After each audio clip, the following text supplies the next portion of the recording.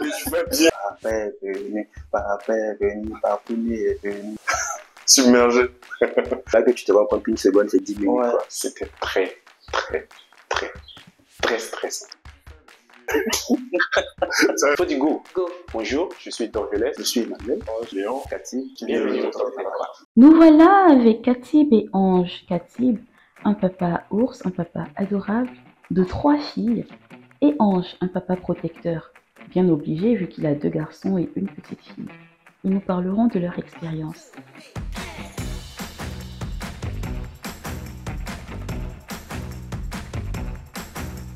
En fait, il faut dire aussi que le contexte du premier enfant, c'est assez délicat. On était à l'école, étudiant. Du coup, à l'annonce, il fallait vraiment que je sois rassurant. Ça m'a responsabilisé sur le coup et j'ai essayé à ma manière d'être là. Bon, je dirais que c'est que dans le même contexte, hein, pas marié. Il fallait également rassurer, il fallait montrer que j'étais là, j'étais présent et que tout allait bien se passer. C'est un vieux couple, hein, donc c'était comme la consécration de toutes choses et on était super heureux.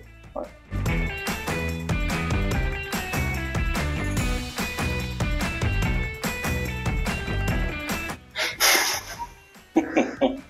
Ah, ouais. Du bail, on va se sortir.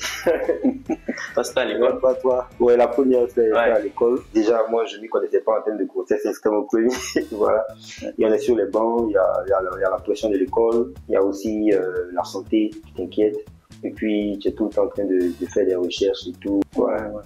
Je suis très heureux lorsque tu apprends que tu vas être père. Et également, tu penses à tout ce qui peut arriver. Donc, je faisais pourtant des recherches. Je me souviens que mon responsable informatique m'a appelé un jour parce qu'il y avait un souci sur ma machine me disant Cathy, tu as assez de recherches sur les nourritures de femmes enceintes, sur le comportement des femmes enceintes, les exercices à faire. Et donc, c'était pour lorsque j'avais un petit temps, c'est ce que je faisais le plus souvent pour m'assurer que tout aille bien. Tu te dis que tu dois tout faire pour que tout se passe bien. Tu dois tout faire pour qu'elle se vide la tête, qu'elle soit heureuse.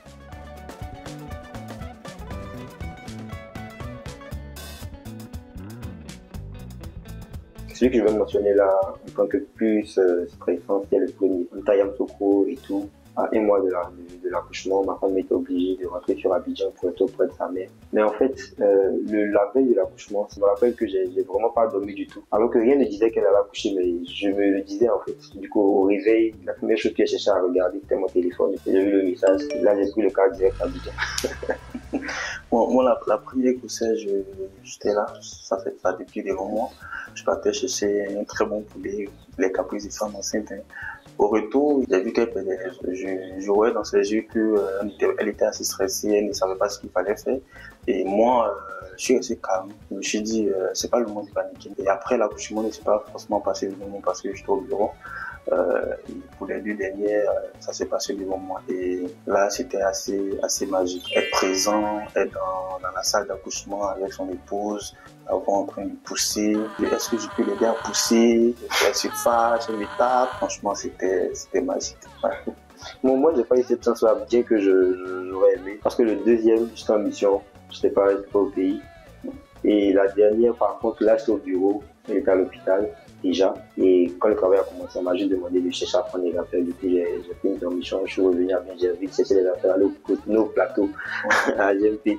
Du coup, je suis arrivé, elle était encore dans la salle et tout. Donc, c'est là que tu te rends compte qu'une seconde, c'est 10 minutes, quoi. Franchement. Donc, tu es là, tu tournes, tu marches sur toi, tu tournes en rond, tu es stressé, tu sais pas, et puis après, combien t'appeler. C'est vrai ou pas? C'est vrai. Ouais. Franchement.